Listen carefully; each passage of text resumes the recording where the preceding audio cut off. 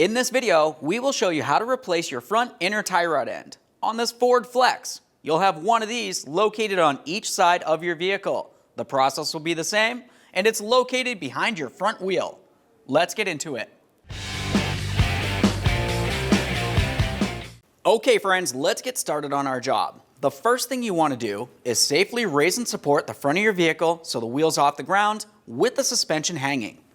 Once you've done that, continue on to removing all 5 of your 19mm lug nuts and then the wheel.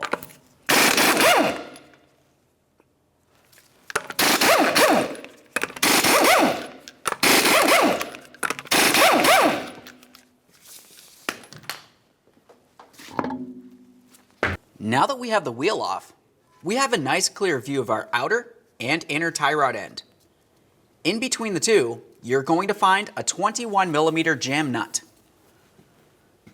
We'll use our 21mm wrench, get onto this, and try to turn it clockwise to break it free. Once you have movement from that area, continue on to your 21mm tie rod nut.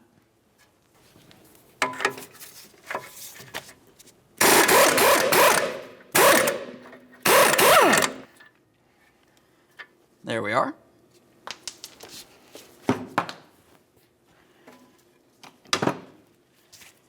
Now we'll separate the outer tie rod end from the knuckle. Sometimes it'll fall right out of there, other times it requires a couple loving bonks. Now we can start unscrewing the outer tie rod end from the inner tie rod end. When you do this, it's always a good idea to make sure you count the amount of turns it takes to remove it. 1, 2, and so on.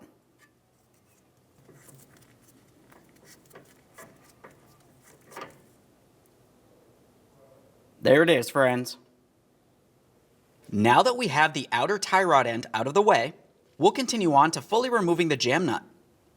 To do that, hold on to the inner tie rod end with some locking pliers and use a 21mm socket to remove that jam nut.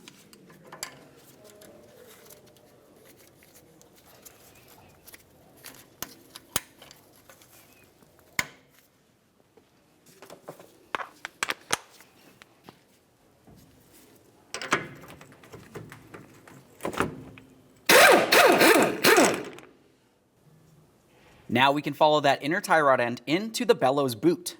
On the bellows boot, you'll find that you have 2 clamps holding it in place. One holding it to the inner tie rod end, and the inboard one is holding the bellows boot to the rack. We'll remove that outboard clamp using some long nose pliers. Give it a quick inspection and set that aside.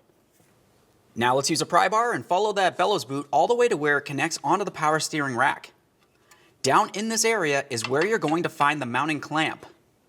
To remove this clamp, we'll use the pry bar and a hammer, and we're going to break it free. This clamp is a single-time use clamp.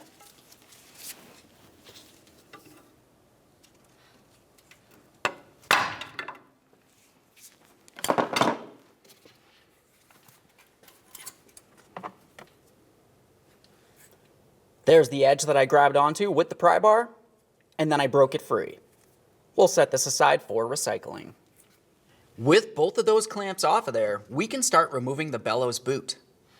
It's common to find that the bellows boot is stuck on the inner tie rod end on the outer aspect right here. Use a small pick with a little bit of penetrant and separate it.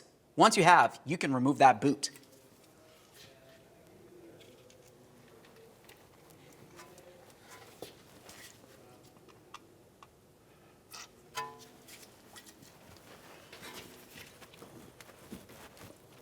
Now we can take hold of that bellows boot, give it a little twist, and pull it off of the inner tie rod end. Once you have it off of there, just give it a quick inspection, make sure it is still soft and pliable, and it's not torn, worn, or damaged in any way. Assuming that looks good, set it aside. You will be reusing it. Now that we have the boot out of the way, we have a clear view of the entire inner tie rod end. We want to make our way right along this area, where the ball and socket is. Grab onto this with your inner tie rod end tool. There's several different types of inner tie rod end tools, but this is the one that we will be using. I'll put this into that area, tighten up my mounting nuts, and then use a 3/8 drive to loosen this by turning it counterclockwise.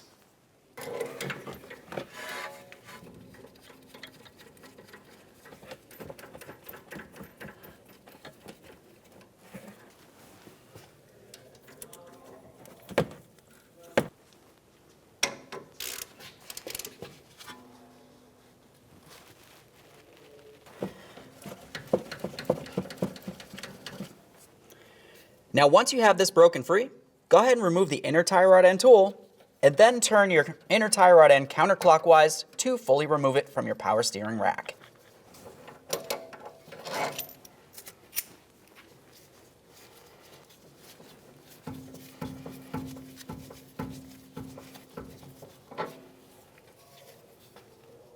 There it is, friends.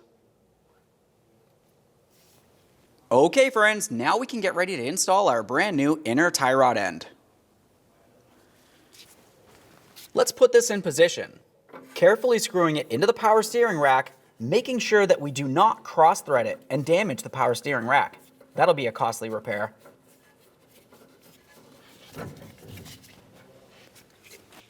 Now that that's bottomed out, let's make sure it's nice and tight using our inner tie rod end tool. Just get this on here and snug it up.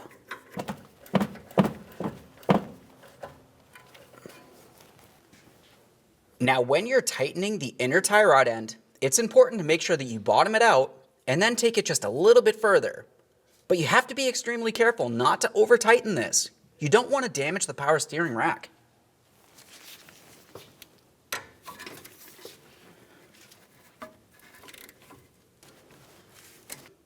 Right there's where it feels as though it wanted to stop.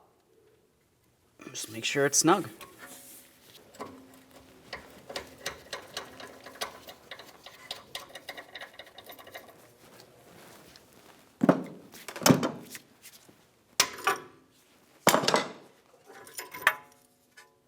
Now that we have the inner tie rod end installed to the power steering rack, it's important to make sure that you use some of the grease that came with the inner tie rod end directly inside of this ball joint.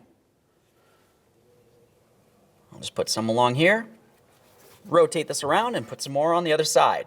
This will help make sure that no moisture or debris makes its way in this area and causes the inner tie rod end to fail. Let's use a little bit of grease right along this area where you can see the small groove in the inner tie rod end. This will help the alignment professional in the end. Now we can get ready to install our bellows boot. On the inboard side, which is the wider end, we'll use a wire tie. Put this right on there. Now we can take this and slide it over the inner tie rod end, all the way up and over the power steering rack.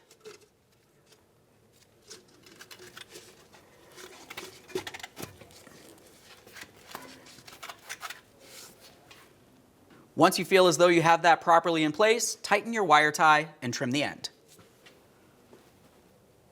We'll use some long pliers for this to pull up the slack.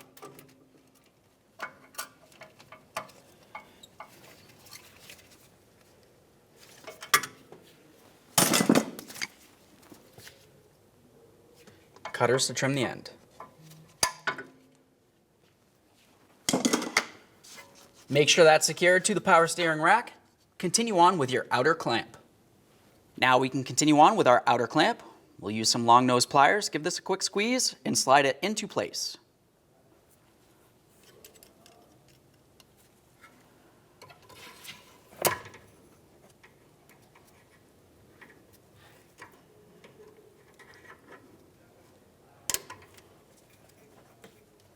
Make sure that's secured.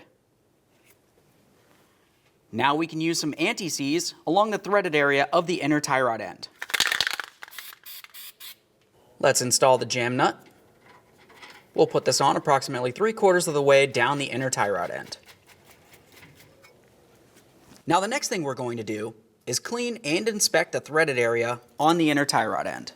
Assuming the threads look good, continue on with some copper anti-seize.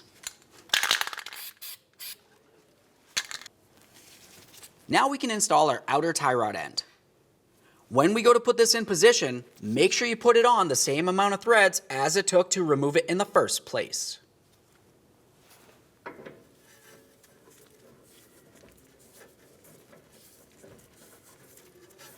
1, 2, and so on.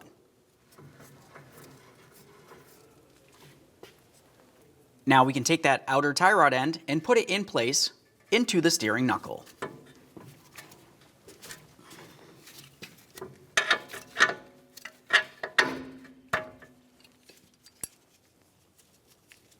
Continue with your outer tie rod end nut.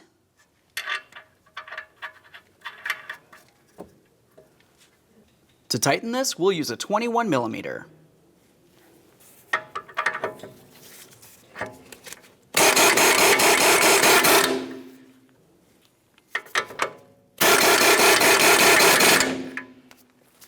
Once it's snug, torque it to 111 foot-pounds.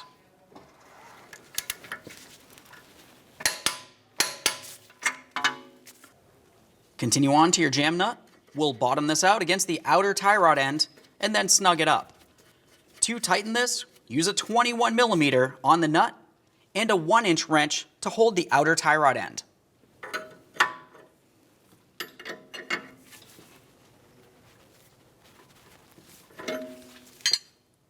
You want to make sure that jam nut is nice and tight, otherwise your steering could potentially loosen up on you. All right, at this point we can reinstall our wheel.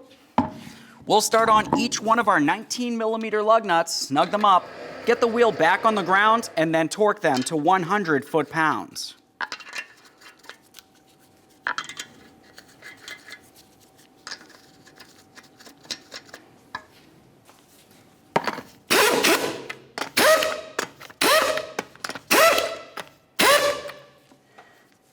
With the wheel safely back on the ground, we'll torque each of these in a crisscross manner.